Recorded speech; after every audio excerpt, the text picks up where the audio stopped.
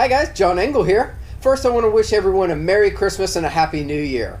Second, it's about time to take the F430 out on a drive. I want to be able to give you a review of what I think about the car, what I like and what I don't like. So, let's not hold it up anymore. Let's go for a drive.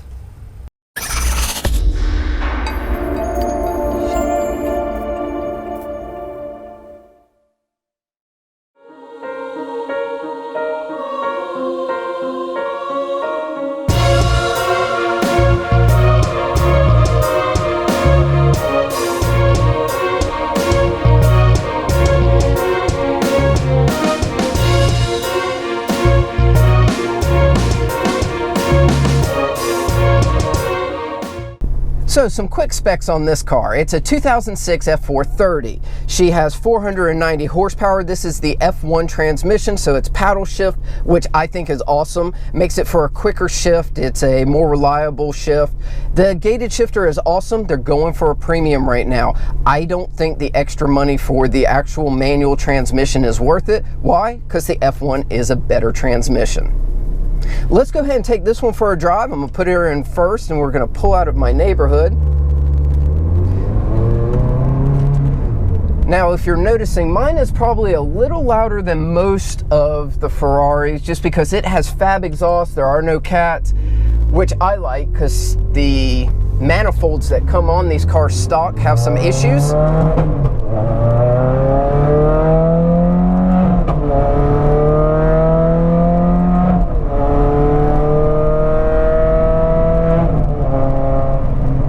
There's just something about a paddle shift. I don't care if it's Lamborghini or Ferrari, when you drive them, it's just fun. You just get on it, paddle shift up, paddle shift down.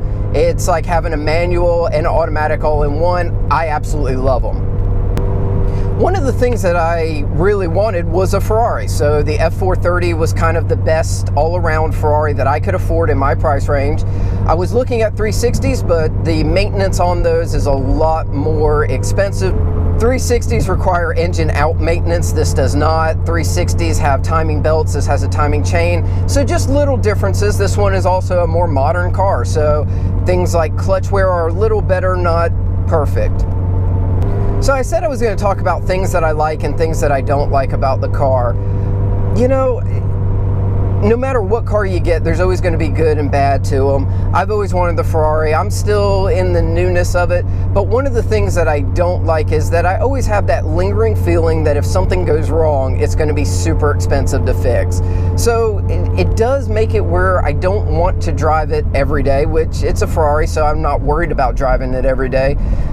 But it would be really nice to be able to not have that fear. With my Lamborghini that I had, it was a little less. The build quality on the Lamborghini seems to be higher. I think that a lot of that is due to Audi owning Lamborghini and being able to bring up the production quality of those cars, whereas the Ferrari still maintains that it was handcrafted, which is awesome.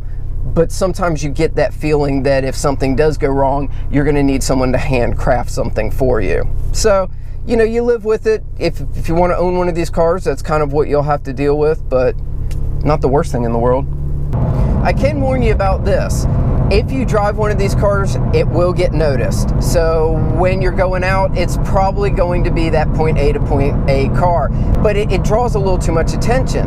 A lot of people like to compare this to the Bentley that I have, and the Bentley is kind of an understated, where you can drive it out, you can leave it in a parking lot. Most people walk by and don't even realize that it's a Bentley. I've had people ask if it was a Buick.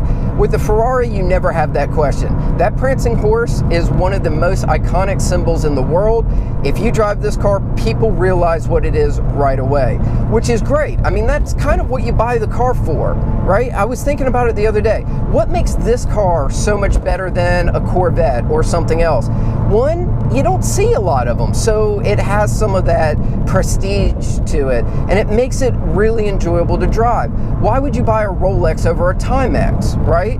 It's the craftsmanship. It's the way it makes you feel when you use it, wear it, when you're driving it, and that's what the Ferrari captures. Do I think it's a better vehicle than my Dodge Viper? Well, yes, that Dodge Viper, the build quality of it is crap, But when I get in it, I feel like I'm in a race car. This, I feel like I'm in a brand new suit that was tailored for me. It makes me feel good, and ultimately that's why we buy these cars. I mean, everyone wants to have something that makes them happy and feel good about themselves. Ferrari, they knock it out of the park when they do it. So far, owning this car hasn't been super expensive. I really haven't put a lot of miles on it, but I do need to do an oil change. Most likely I'm going to try to do that myself. There are a lot of how-to videos, and I'll add to one of those as well. So you'll get to see me experience what it's like to actually work on the car. The main thing that I absolutely love about this car is no matter when I drive it, I still get little butterflies. It is that car. It's kind of like having, I don't know, a rocket ship? If you were a kid, you want a rocket, right? As an adult, it's a Ferrari. It's awesome. I'm still kind of in awe of it. I'm very, very fortunate to be able to have one of those, and I'm not one of those guys that tries to flaunt it. I mean, I want others to experience it as well and to get to sit in, and I will always be there for anyone that wants to talk about it. But it really is, it's like being a kid and getting your little rocket ship, or, you know, having something that you've always wanted. It is absolutely amazing. And to be able to go outside and look at it in my garage makes me excited.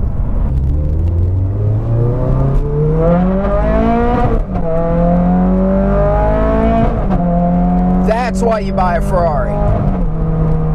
Woo! She will get up and go.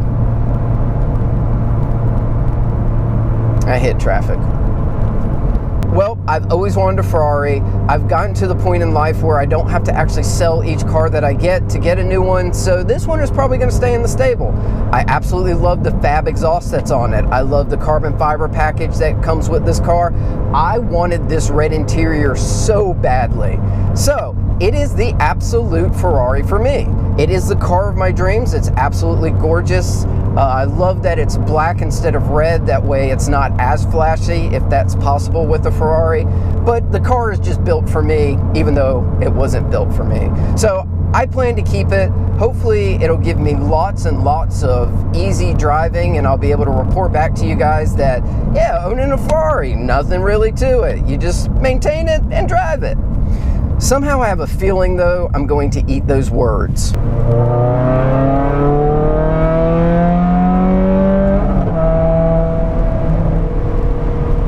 I think the biggest question is, should you buy a Ferrari? Absolutely! I hope you liked going for a drive in my F430. It's one of those cars that I always have a good time, whether it's just going out to the garage and checking on it or taking it out for a spin. If you did, make sure to hit the like button below. Don't forget to subscribe. We're almost to 250 subscribers. So, stay tuned. We'll catch you next time. I have to get the gate because I didn't bring my clicker.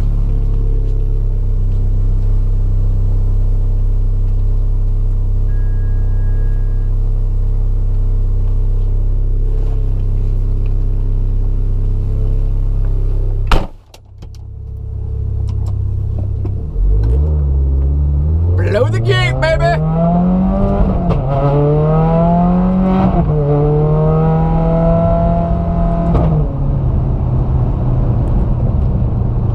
Probably shouldn't drive through my neighborhood like that. It seemed fun to me.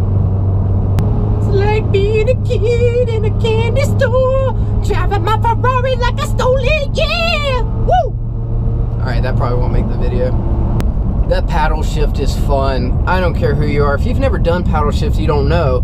And all these people save the manuals. Yeah, I agree. Save the manual, but keep the paddle shift.